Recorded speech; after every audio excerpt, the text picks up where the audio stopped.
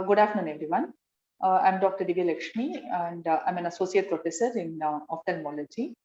And my field of interest is vitreoretina and cataract surgery.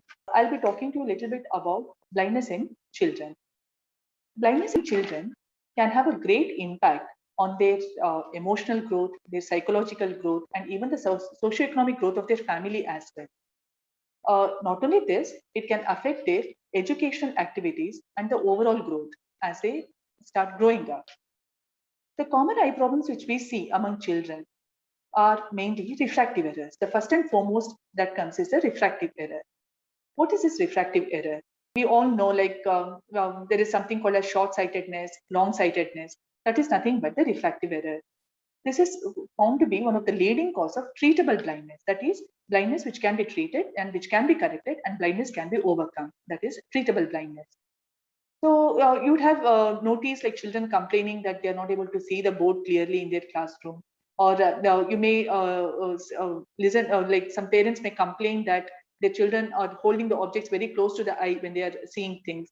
So all these could be the cause for a refractive error in their eye. So it could be because of the refractive error. The child is having an error in the eye which is not corrected. That's why they are finding it difficult to see the board or to see the near object. So in common terminology, they are nothing but either a short-sightedness or a long-sightedness. This has to be evaluated. When the child is complaining of these issues, parents should consider it seriously and get the child evaluated by an ophthalmologist. Sometimes some screenings are done even in school. Now, because of the COVID situation, all these have come to a standstill. But otherwise, pre-COVID era, we used to do even school screening camps to identify at the early stage the refractive errors were identified and adequate treatment were being done. Similarly, if the child is complaining of these problems, then parents should consider it seriously and take the child to an ophthalmologist for evaluation.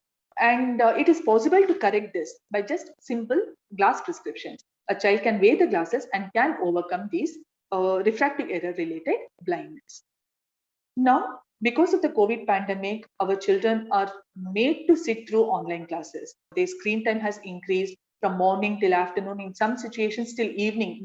All the classes are going on online, whether they are the school activities or their other recreational activities, everything is happening through online. So the screen time has greatly increased. In the coming years, there is a high risk of myopia, that is short-sightedness happening in these children, especially young children over a period of time may develop refractive error and they may need glass correction also. So I think we have discussed about computer vision syndrome in our previous talks. Same thing applies even to children. So children can also suffer from this because of the increased screen time which we are seeing these days. So they may complain of headache, watering from the eyes, discomfort in the eye, redness in the eye. Parents may observe that the child is repeatedly rubbing the eyes when they are looking at the screen. So all these can be the component of a computer vision syndrome. So what has to be followed? Simple rules. We cannot say no to online classes because that is thing that is happening now.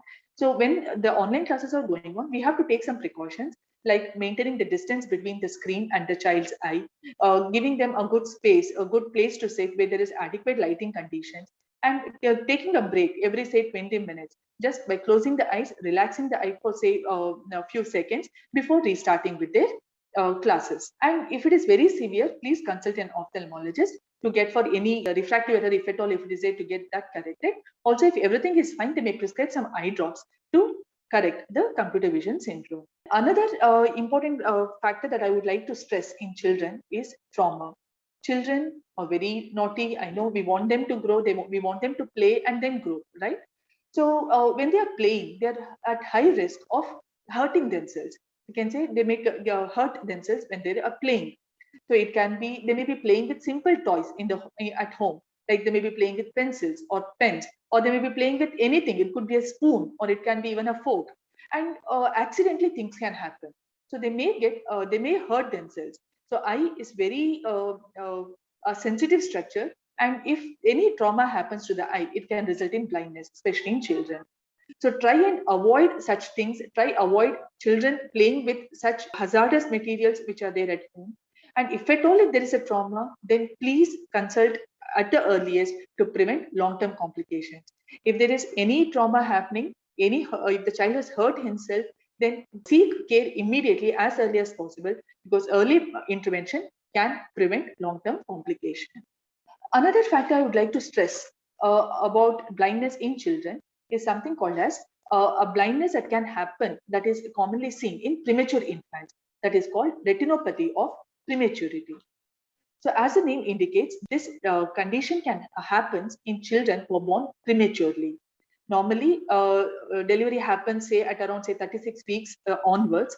If the birth happens earlier, say around 7th month of their, when the mother gives birth to a child in her 7th month, or even earlier, or in depending upon the gestational age of the child, or if the child born is of very low birth weight, these kids are at risk of developing some damage in the eye, because the maturation of the tissue wouldn't have happened. If the child is born prematurely, the tissues may not mature, and a immature retina may show problems. So there may be some damage happening in the retina, which goes unnoticed because the child cannot say anything. The parents also will not observe anything.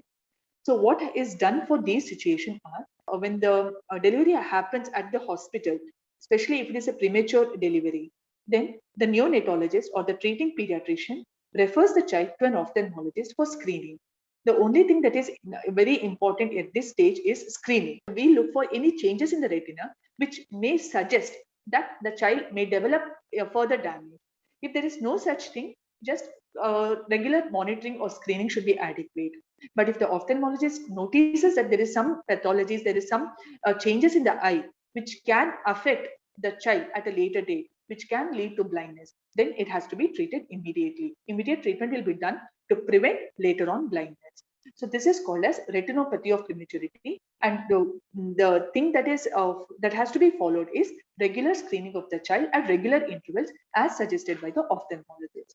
I would like to conclude my today's talk by saying that by addressing to these issues with the children face, whether it is a premature child, whether it's a child school-going child, or even a teenage child, whatever the issues they have, please consider that seriously and take them to an ophthalmologist, get them evaluated by an ophthalmologist so that we can prevent blindness. If it is a treatable blindness, definitely we can treat it. And if it is any other cause, adequate treatment can be done for the particular condition. So by timely intervening, it is possible to prevent blindness, and we can definitely give them a better future by helping them to see better. Thank you.